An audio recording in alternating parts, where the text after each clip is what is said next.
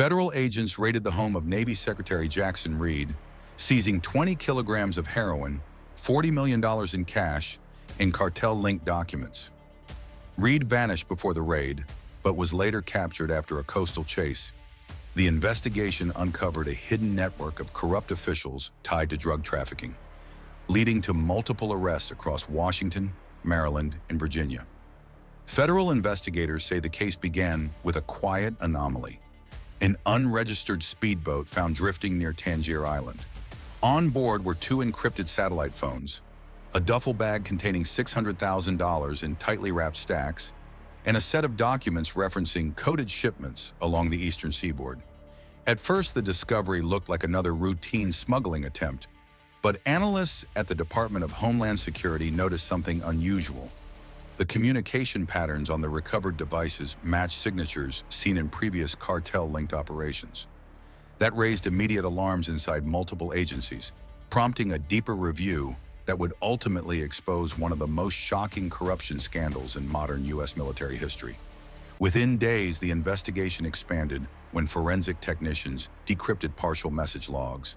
The text referenced authorized passage, coastal clearance, and naval support windows.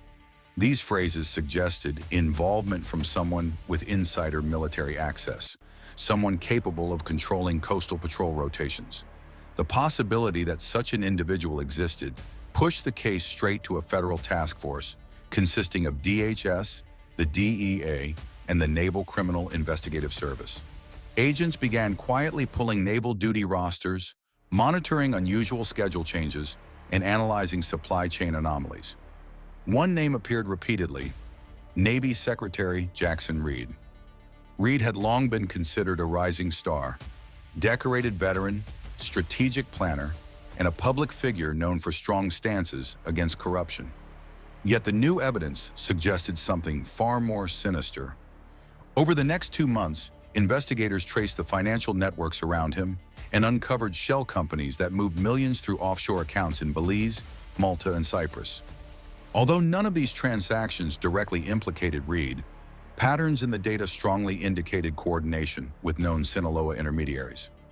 Satellite imagery then revealed that several restricted naval docks were accessed during periods when Reed personally authorized maintenance shutdowns, creating brief windows where shipments could move undetected.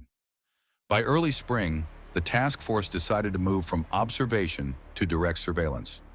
Agents followed Reed's vehicles, monitored his communications under court authorization, and tracked individuals entering his residence. They noticed frequent late-night meetings with two men who had no official security clearance but were associated with a logistics company flagged by the DEA in a previous smuggling case. Meanwhile, a covert informant inside the cartel revealed that a senior defense official was providing protection for maritime movements. Although the informant did not name Reed, the description narrowed the list of suspects to only 3 people, one of whom was Reed himself. Pressure intensified when analysts discovered coded references to black sails, a term used by cartel traffickers to describe military-protected shipments. The messages also mentioned winter palm, a phrase that had no documented meaning. Investigators believed it could be a location, an operation codename, or a high-level contact. When they cross-referenced the phrase with naval activity, they found a chilling match. Reed maintained a private coastal property known locally as Palmetto Haven, often referred to by neighbors as the Winter House because he stayed there only during colder months. Suddenly, everything aligned. A federal judge authorized a search warrant for Reed's Maryland residence. The raid was scheduled for early morning to avoid public attention and reduce risks. However, when agents reached the property, Reed was nowhere to be found. The front door was unlocked, the lights were on, and breakfast was left half-prepared in the kitchen. It appeared as if Reed had left abruptly only minutes earlier. A sense of urgency swept through the team as they moved deeper into the residence and discovered something that confirmed their worst fears. Inside a concealed wall compartment behind Reed's study bookshelf, agents found 20 kilograms of high-grade heroin, packaged in vacuum-sealed bricks marked with a cartel emblem. Alongside the drugs were bundles of U.S. currency totaling nearly $40 million. Even more damning were a stack of encrypted notebooks, international bank passcodes, and detailed maps of naval shipping lanes annotated with dates, times, and patrol vulnerabilities. The evidence painted a picture far beyond corruption. It suggested Reed had orchestrated a protected trafficking corridor linking the Gulf of Mexico to the mid-Atlantic coast. Shock quickly turned into panic when agents discovered documents showing Reed had been tipped off shortly before the raid. The leak could have come only from someone high-ranking. This realization forced the task force to widen its scope. Within 48 hours, they identified 3 additional officials who appeared complicit, including a naval operations analyst and 2 civilian contractors responsible for maritime tracking systems. Arrest warrants were issued and the individuals were taken into custody for questioning. Each denied involvement, but inconsistencies in their statements strengthened the case for an internal conspiracy. Meanwhile, intelligence assets tracked Reed's last known movements. Traffic cameras captured his vehicle heading toward the Virginia coastline. Coast Guard sensors later detected a fast-moving craft matching the profile of a high-performance smuggling boat. Federal helicopters were deployed, and a multi-agency chase began along the Chesapeake Bay. The pursuit lasted nearly 40 minutes as Reed attempted to evade capture by cutting through shallow channels only experienced sailors knew. Eventually, he lost control near a sandbar and was forced to abandon the vessel. He attempted to flee on foot but was apprehended by federal agents after a brief pursuit.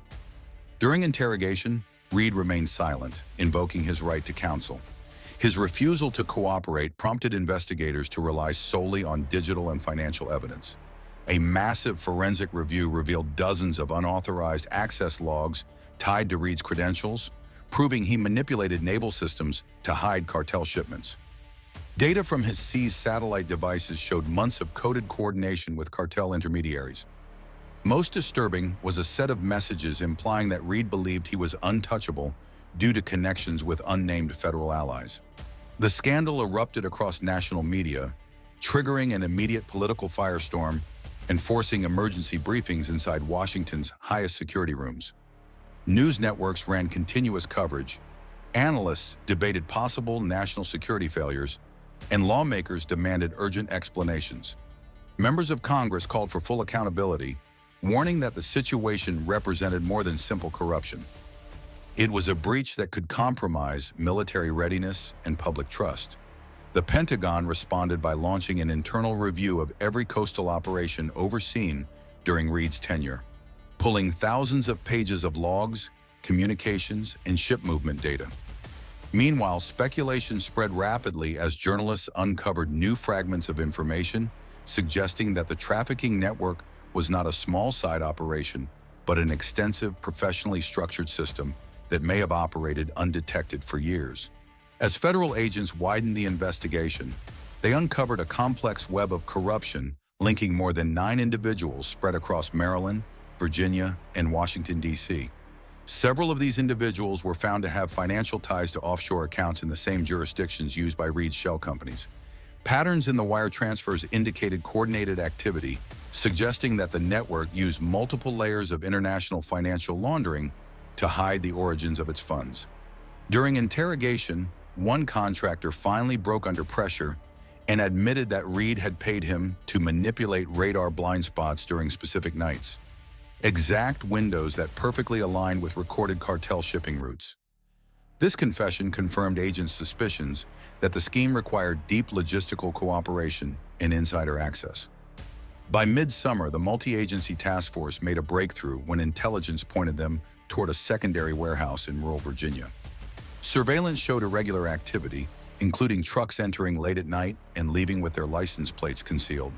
When agents raided the facility, they recovered an alarming trove of evidence: large quantities of narcotics, military-grade communication equipment, unregistered radios capable of encrypted long-range transmission, forged naval ID cards, counterfeit cargo seals, and shipping manifests dating back nearly 4 years.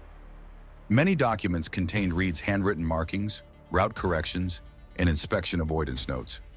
This discovery proved that Reed's involvement was not recent or accidental.